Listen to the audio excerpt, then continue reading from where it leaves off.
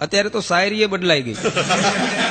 हाँ हमारा एक जुआनियन में शायरी सांभळेली, यूं तो मैं हर रोज तेरी गली से गुजरता हूँ, तेरी खिड़की खुली रहती है, लेकिन अफसोस इस बात का है कि तेरी जगह तेरी माँ खड़ी रहती है.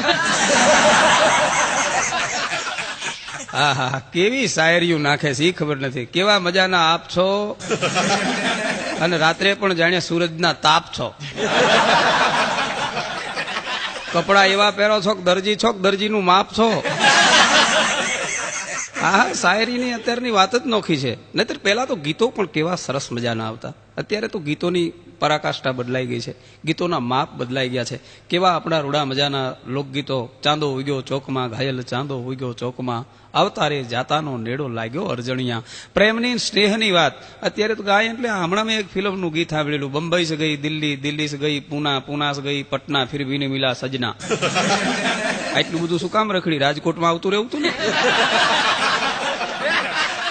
हाँ हमारा तो एक गीत में એવું સાંભળેલું, એક ચુમ્મા તું મુझको उधार दई दे और बदले में दिल्ली पंजाब લઈ લે. તારા બાપુજી ના છે. આ ગીતો ક્યાં પુગાડશે એ ખબર નથી. આતી ક્યાં ખંડાલા. હમણાંથી એક જુવાનીઓ જુદું જ ગાતો હતો, આતી ક્યાં ચોટીલા. મેં કીધું ચોટીલા નહીં ખંડાલા. મને કે अपना बजट ચોટીલા तक का ही है. મેં કીધું તો ચોટીલા રાખ. ત્યારે હમણાં મારા પાડોશમાં અમારા એક બેન એના છોકરાને હિંચકો નાખતા નાખતા હાલનું ગાતા હતા, હલુ લુલુ હાલ્યો તારો બાપો ટાલ્યો. આમાં શિવાજી ક્યાંથી થાય? અરે બાપ, આને કઈક હારું સંભળાય, આને કઈક હારું જ્ઞાન આપ તો આ થશે મરદ. અત્યારે બાયુની વાત જ નોખી છે. પેલા સેથો સીધો કરી અને અંદર સિંદૂર પૂરતા, કારણ કે સુહાગની નિશાની છે સેથા સીધા રાખતા. હવે વચ્ચે ડાયવર્જન, પછી ઓલો ડાયવર્જનમાં જાય અને પછી રોંગ નંબર આવે રાખે. હા બહુ સમજ્યા જેવું છે. પત્નીને તો એમ જ હોય છે કે એનો પતિ અમારે ઈ તો બહુ ભોળા, કઈ ભોળો નથી. આ ઘરે જ રામ જેવો રહે છે, બહાર નીકળે તરત કાનુડો થઈ જાય. જે સામે મળે એને એમ કેતો હોય છે તમને ક્યાંક જોયા છે. ઓલી બાઈ કે જોયો જ હોય ને, પહેલી વાર તું જોવા આવ્યો તો. મારા બાપુજીએ ના પાડીને લૂતા લમણે પાછો ગયો ઈ જ ને. પણ બહુ અઘરું છે મિત્રો દાંપત્ય જીવનમાં. મારી જ વાત કરું, મારા લગ્ન થયા છે. મારે પણ બહુ મજાની રૂડી રૂપાળી પત્ની છે, સુરેન્દ્રનગરના જોવાલાયક સ્થળમાંની એક. પણ લાગણીશીલ, મારા પ્રત્યે એનો ભાવ બહુ. મને એક દી કે બહાર ના નીકળતો, મને તુંકારો દે છે, નોકર ને તમે કે. મારી તો ખબર હોય ને કે ગમે એમ કહીશ તો જવાનો ક્યાં, ગળે બંધાણો છે, ક્યાંય છટકી હકવાનો છે નહીં. નોકર ને તુંકારો ન દેવાય ને કે વયો જાય. એટલે મને તુંકારો દે છે. હું આમ ક્યારેક ખુશ થાઉં ને એટલે હું ડાર્લિંગ કહું છે ને. હું ડાર્લિંગ કહું, મને એક દી કે ડાર્લિંગ ના કેતો. મેં કીધું કેમ? એ તો આમ તારા પ્રત્યેની મારો ભાવ, તારા પ્રત્યેની મારી લાગણી બોલે. મને કે નહીં ડાર્લિંગ તો બોલીશ જ નહીં કોઈ દી. મેં કીધું કેમ? મને કે આ નોકરીઓ નામ સમજે છે.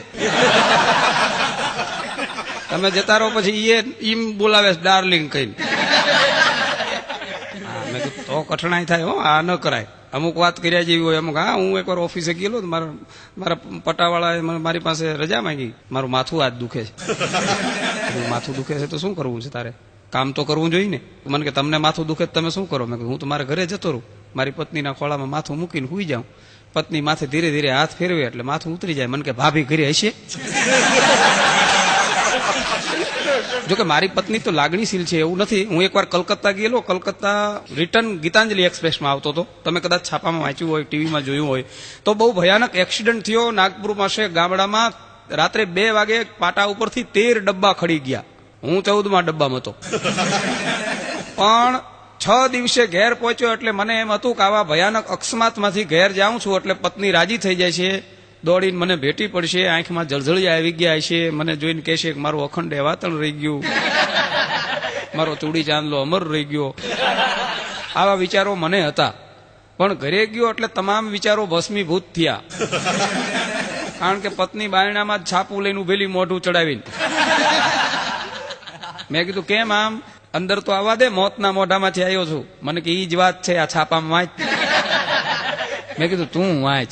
મને કે જો અકસ્માતમાં જેટલા ગુજરી ગયા એ બધાને સરકારે 2 લાખ આપ્યા. મેં કીધું બીજી વાર જઉં તાર તું માનતા માનજે, તારો ચેક પાસ થઈ જાય. હા, ઘણી અત્યારે જુદા જુદા મંડળોની સ્થાપના થઈ, યુવક મંડળોના. અમારા ગામમાં તો હમણાં વિધવા મંડળની સ્થાપના થઈ. હા, ગામની બધી વિધવા બેનું મંડળ કર્યું. એમાં એક નવા તાજા બેન વિધવા થયા. એટલે આખા વિધવા મંડળના બહેનોએ સભા ભરી અને એ જે તાજા વિધવા થયેલા જે સભ્ય બન્યા હતા એને કીધું કે આપણા મંડળ વિશે તમે 2 શબ્દ કહો. એટલે ઓલી બાઈ આવી સભામાં, માઇક પાસે આવીને બોલી કે આપણા મંડળના સભ્ય થવાની મારી વર્ષો જૂની ઈચ્છા આજ તમારા ભાઈએ પૂરી કરી.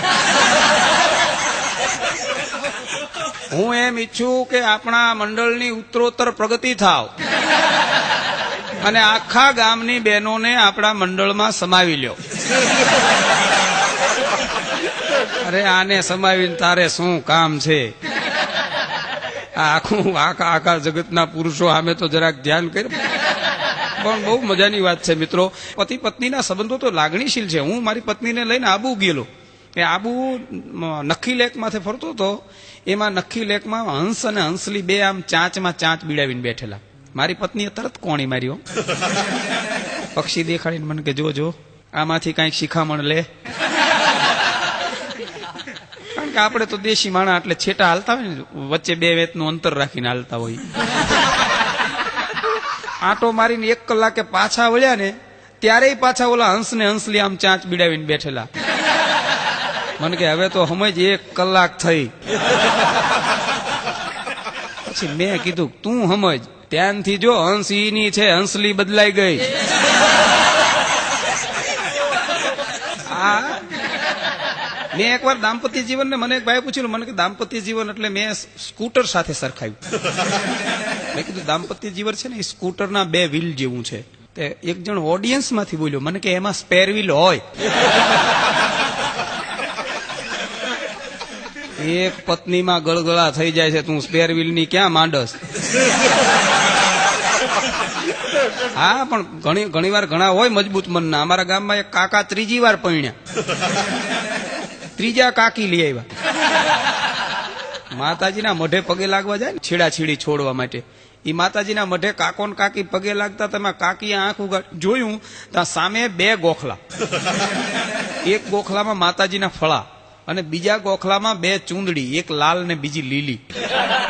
કાકીએ તરત કાકાને કીધું આમાં તો માતાજી આ ગોખલામાં, પણ આ બીજા ગોખલામાં ચૂંદડી છે ની. કાકો ઠાવકું મોટું રાખીને કે તારા પેલા 2 હતી ને એની યાદગીરી છે. એકને લાલ કલર ગમતો તો એની લાલ, બીજીને લીલો ગમતો તો એની લીલી. તને કયો કલર ગમે છે? આ તો કાકીએ માથાની ફરેલી. હો, એ કે રાખો હવે અહીં ચૂંદડીની જગ્યાએ ટોપિયું ટીંગાય છે, ટોપિયું.